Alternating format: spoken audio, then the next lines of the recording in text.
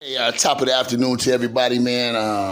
I've been really just reminiscing about K-Town stories. I've been talking about them here lately, and there's a lot of material. Really, I can do this all year. Trust me. So I'm gonna name out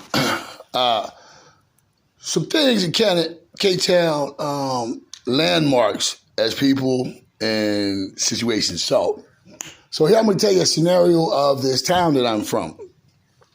It's a kind of a small town. It's a small town, but it has kind of big city-ish. I mean, it's just, I can't even really wrap verbiage around how it was there. I can't really give it justice because it was such a different time. And listen, we were 13, 14-year-old kids doing grown ass shit we had no business doing, and we was doing it with reckless abandonment. We had the keys to the Cadillac, man. It was strange, man. So it's funny. So we had these pockets of different things that entertain us, right? So here's the entertaining of Kenny, So we're bored, we're a pack of guys, and laundromat, the alley, So we get bored. So we got a couple characters in the neighborhood.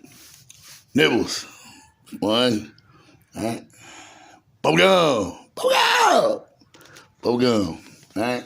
So Nibbles was old wino, lived down there in Lennon Street, one of them goddamn houses there. I don't know where the hell he really actually stayed. I don't know where anybody really lived, but Nibbles was cool. Wino. He didn't really hurt nobody, bother nobody, but Nibbles keep his rocks.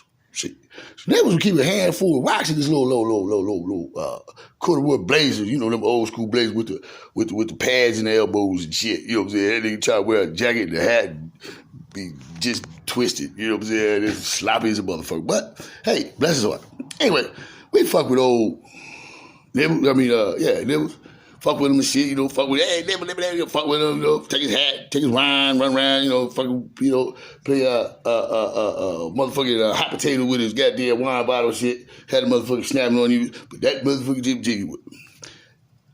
I don't know if he played for the Negro League back in the goddamn 1912s and shit, but I tell you this, that motherfucker had an arm like no other. Look, first time I see, because these guys from Canada, I'm just new booty coming in, 12, 13. So I'm just learning the road, I'm just learning how to be black. And it's actually the first homeless dude I ever fucking really met. You know what I'm saying? He wasn't really homeless, but he was homeless, but he's whatever. He got took care of, you know what I'm saying? But this motherfucker snapped and dug in his pocket. He told the motherfucker too, he said, I got goddamn rocks. He tell you too, I got my rocks. Motherfuckers was laughing and shit. That motherfucker, they got to run that motherfucker, got to chucking these rocks, bro. And you know how you skip rocks off the, little pond when you keep.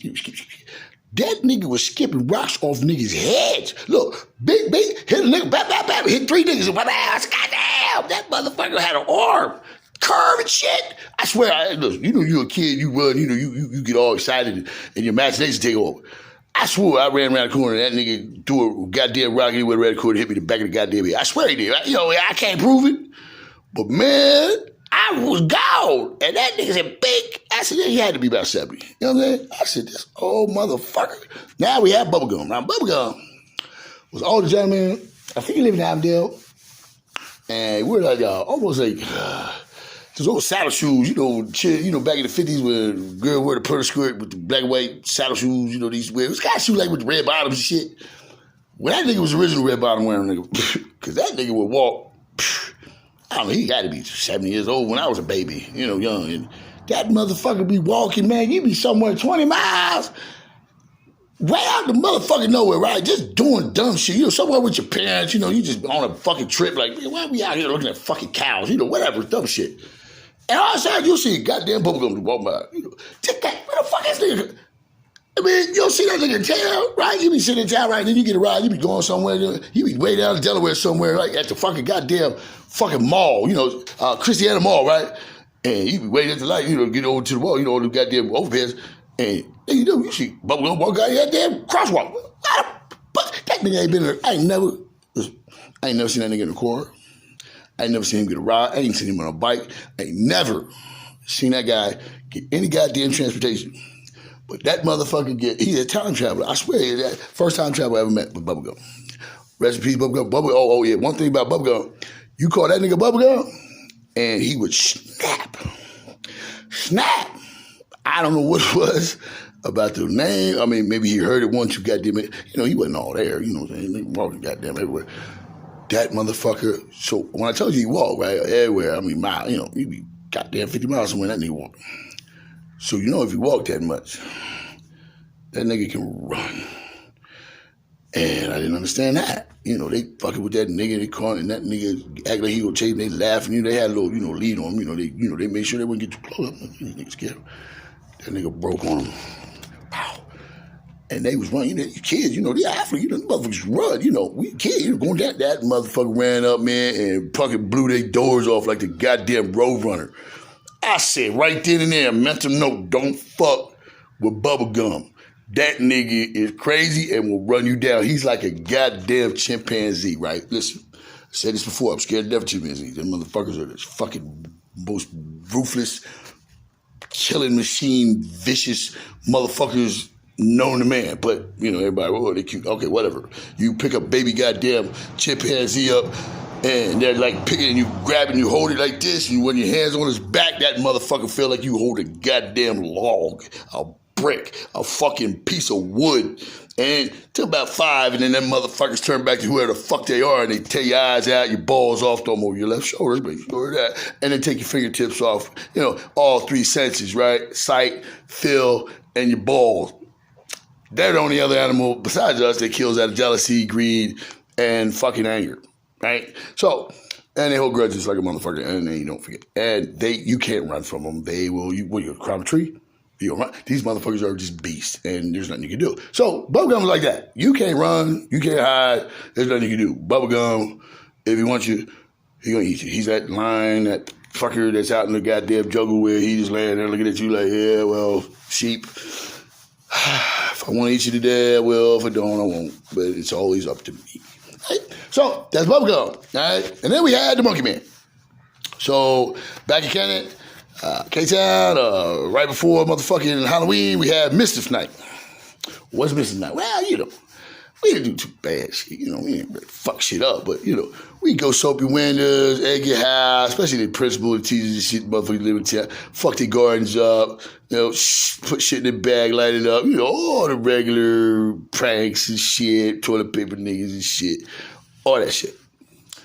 But we would ride around the packs, and police, they run around trying to zip us down, but we had, we packs of kids, we wasn't really, we were younger, so we would have a group of our peers. And, the kids, everybody had their groups, my brothers and them, the older cats run around, beat you up and snatch your fucking candy bags, and you be all night, you got this big old fucking pellet case full of goddamn candy, and next you you get pushed in the goddamn bushes, and somebody just snatch your goddamn bag, you gotta start all over again, right? So, but Mischief Night was great, but we always had this character that would come out every Mischief Night. And correct me if I'm wrong, Monkey Man. That nigga be in the trees. He had a ski mask. I think he had a hockey jacket. I mean, and he was a legend. He was a what do you want to call it? Urban legend there. We all know who it is. Sud ended up. We found out who he was after years. Because older cats, they fuck with the younger cats. It's a part of the initiation and getting you through the. Really, the gladiator school that they was training us with, we didn't even know. They were just training us to be, But anyway, K-Town, man, that was up, man. We had a group of friends. I'm going to mention names because people get mad if I don't remember them, but I'm going to get the names down sooner or later. But that's just another thing, man, where, Marty and Joey, the twins, right? So Marty and Joey with these two twins, right? They was badass white boys, man. Them motherfuckers was like some Boston white boys. You feel me? They different white. They motherfuckers fight. Especially Joey. Joey though was like, I guess 5 seconds older, but he was just, you could tell he was very more serious. Built like a fucking like a Mark Warburton, fucking, but as a child, you know, like 12, 13, 15-year-old motherfucker, but he looked like a goddamn chiseled fucking, big nigga, just, and was crazy. And Marty was Marty was more, more, happy-go-lucky, saying that. So Marty was like more the clowner and funny as shit, and they was, busy down deep south, you know what I'm saying? And the grandma was like 100 goddamn years old and couldn't see or nothing. She shoot goddamn back and shit and shit, and he would fuck with her. And he'd be like, Grandma, there's niggas on the porch. And she's like, where? Where's them sons of bitches who get damn trickster, she calls, man, we be standing right there, but she can't see. I said, boy, that's fucked up, man. He would laugh his ass off, man. His dad, right? So his dad was cold piece too. I don't know what his dad was into, but just some drugs and shit. But So anyway, he had a little younger brother, Hank, too. So Hank was this like crazy, dirty ass. You used to see Hank 2 a.m. in the alley with a goddamn carport and fucking diaper on, dragging that motherfucker through, you know what I mean? So one day I walked up on, we walked up on, we looking for Marty Joe, ain't seen one. So I walked up on motherfucking Hank. I said, Hank hangs out in the goddamn front of the goddamn sidewalk there with the goddamn toys, trucks and shit, tractors and shit. I said, Hank, where the fuck is your brothers? He said, well, Marty Joey's in boys' home, my dad's in prison, and my grandmom just died. I said, well, who's watching it? He said, nobody, and skipped off. I said, God damn, right? So these are the 2 niggas that would make sure goddamn classroom, break into goddamn Newberry's, uptown JJ Jip joint, and spend the goddamn night. And it's just dumb shit. And I had another set of friends, twins, Steve Spencer. These twins was born together and they died together. It's a tragic tale. Very key in my life too. I don't want to really talk about that one too much. Some dynamics, right? So then we had the Jersey Shore guys, the fucking mafiosi. So we have mushroom houses, right? So somebody has to own them, right? So we got the man Freddy's and the fucking who is that shit, man? Man Freddy's and Bassiani's and fucking all the goddamn mananini, all the goddamn fucking ravioli motherfuckers. Anyway, so that was straight mafia. Jamie Fregel was the first real mafia guy I ever met. Yeah, he's an older cat, ran with my brother Randy, lived in a beautiful fucking home with the goddamn pillars and, it looked like the White House, just money. And, he always had the freshest shit. And we was over at his house one day and I remember, his dad, there's a big old wall, I'm looking at those goddamn pictures on the wall. You just tell this is not no regular shit, this is like some museum shit, you feel me? And we were coming in, and all these big, mafia, just like the movie-looking motherfuckers with the suits, with the cigar, all that shit was leaving. And Jamie asked his dad, he said, Daddy, who was them guys? He said, them? There's the boys. There's the boys. And so, I'm pretty sure he had goddamn something like the Mona Lisa, some stolen fucking French artwork that was it. Anyway, so them whole motherfuckers, right? So then that younger generation, they was clicked up, man, and they was mafia connected. And they motherfuckers didn't give a fuck if you white, black, Puerto Rican, whatever the fuck you was. They was them. And if you was cool with them, you was cool. If not, well, you gonna fight. And you have to fight a bunch of them. And they can fight. And there's a bunch of them. So, and they got money and fucking lawyers and they'll beat you up and fucking buy you and sell you. So, that's the dynamic. Then we had the K-Olin boys where, where I'm actually was from before I got to Kennedy. It was an off-branch of the country niggas. And I'm going to tell you a little backdrop on these motherfuckers. They sold my brother some bad stuff one time down the Center Street. And I don't know, $80 something. And these motherfuckers threw Molotov cocktails and burnt down a goddamn section of the goddamn whole damn apartment complex just over that to send a message. We had some cats, shit, man, Dave and his brother Jose, I can't remember his name. Puerto Rican guys with afros, man, lived up there at 5 Points. Damn, man, but it was Randy's, boys. They showed me how to, the cool side of Puerto Ricans where they was not really, they wasn't like machismo, like, from the eye, Puerto Rican on your face, but they was more like kick back. Not like white boys, but they was just damn, like a motherfucker that just stands on his own. Like these cats, like you can see they go to Puerto Rico And you know, them motherfucking Puerto Ricans over there looking at them like, yeah, don't fuck with them two niggas. Because they had that aura, that feel like when you was with them, you were safe. You felt like you could conquer the world with them guys, you know. Then we had Wimpy.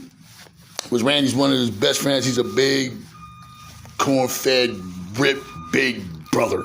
Ashy knuckle dragon, he had plate head, you know, he had the plate in his head, you know, the bad motherfucker. Just text. You know what I mean? I light a fucking match off his chips, you know, big dude, and loved Mama June and just a big teddy bear inside, but boy, thank God he's on my side, right? We had a lot of characters, man. Big Jim was my oldest brother. I'm not going to sit here and glorify all. Well, 1980s, having a big brother that was gay and open gay was not easy. I'm already against the wall with me and my brothers. You know, me and Randy was kind of, you know, jocks and popular, you know.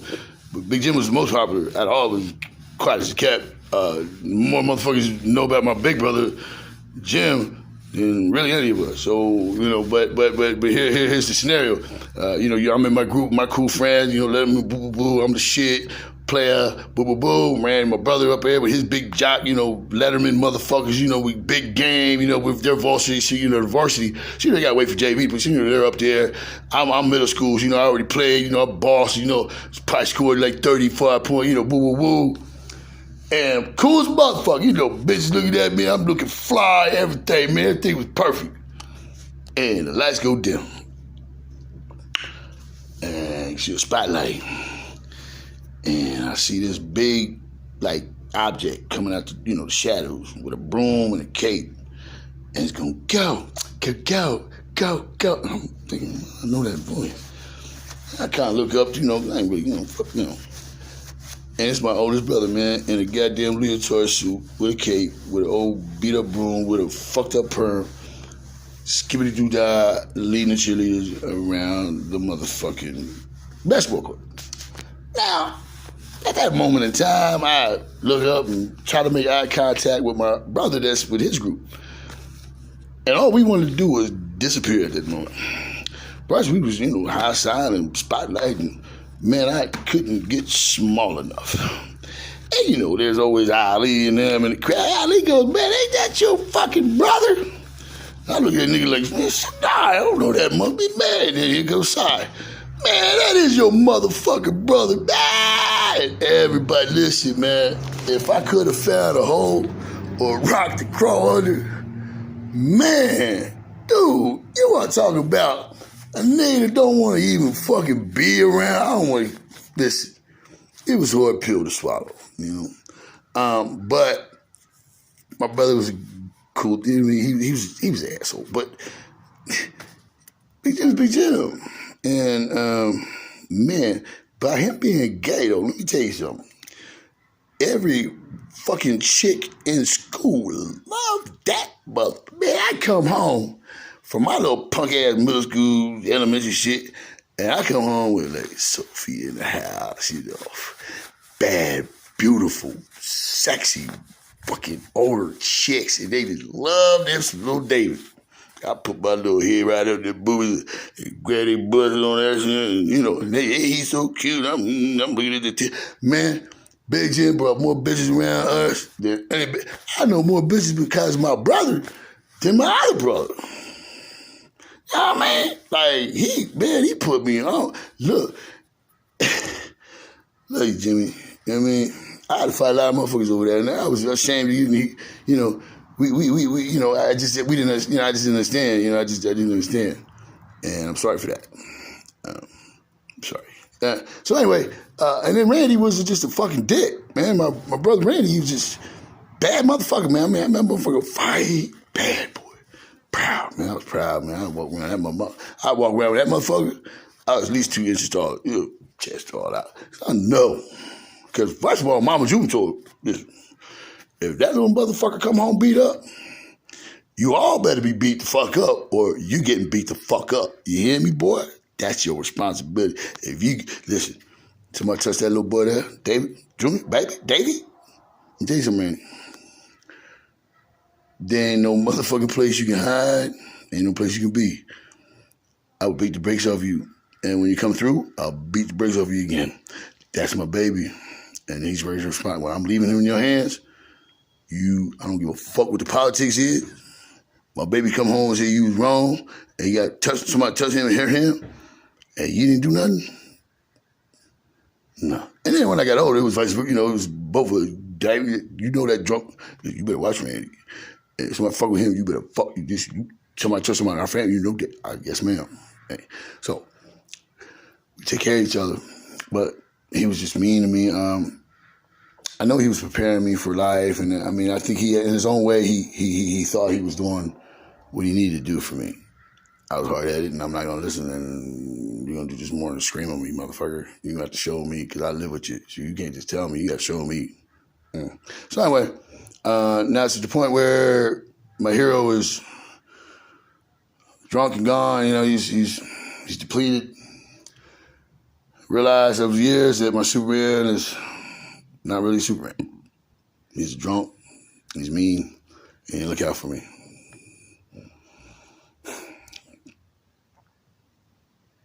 That's not my problem. That's between him and God. I've let it go. I've let that shit go. Because if I didn't, he wouldn't be here. Trust me. So, anyway, that's part of the shit I want to talk about, man. Peanut, Angie, Tayline. Tatey, everybody know Tatey, right? Tatey was one of them cats that Angie and Peanut and stuff. They so that's another dynamic that I've never seen before. Like, that's the mom with the two kids, and then you had the son with the dad. And they all sleep together. And that, they turned me on with that. I was like, man, that was kind of sexy. You can sleep with some girls, they ain't your fucking family. It's cool. But anyway. And they, but Taylor was a little dirty nigga. Dirty like filthy, like he. Pigpen shit, just he's nigga, back you get your chapped lips and shit, you lick your lips and shit. This nigga would get a goddamn whole bottom of his shit. Correct me if I'm wrong. All chapped. Look at it. This nasty. Neck be all fucking purple and shit, dirt. So anyway, he came over to Ali. We was spending the week, the night over me and Ali, Ali's house. And, we take a bath. So Auntie Paulette, real quick, had them old school bathtubs with with the feet on them. So you actually got to get in the tub, So, me and Ali did our thing, and it was Taylor's turn. So Taylor going up there, so Taylor go up there, 10, 15 minutes, me and Ali, we creep up there. He had the old house, we can see the key, through the keyhole in the bathroom. So we look through that motherfucker. This nigga is sitting on a chair next to the goddamn tub going like this, washing it, like flushing around in the water like he taking a bath. We was like, God damn. We went there. We told his mom. Paulette came up. She said, nigga, they don't get your ass in that water. Put some bubbles on that ass. There ain't no sharks in that water. That nigga was so mad that he had to wash his butt. That nigga got his shit after he got out the bathtub, packed his shit, and went the fuck home. Didn't want to stay the night. We was like, damn, Tatey, you really that mad? Nigga, look. Wow. Right? So that's another, just a lot of things, man, that we could talk about, man. Deneen Randolph, Deneen. I don't even want to talk about it. Deneen, listen, Deneen. Okay, so anything is great. Matter of fact, I got to say this. Deneen Randolph showed Dave Charlotte how to love women, like love them. Like she showed me, She took a young man and turned him into a real pleaser. Hey, man, so thank you, Deneen. You poor girl, I swear to God, you made a lot of women happy in this world. I swear you did. Anyway, listen, Peace and Grease, K-Town in town. You know the solution. Damn it, if you can't afford it and you're struggling, the solution is only prostitution. Now listen, Peace and Grease, I love you, Jesus Christ. Amen. I love you guys. K-Town, another story, another day. Amen.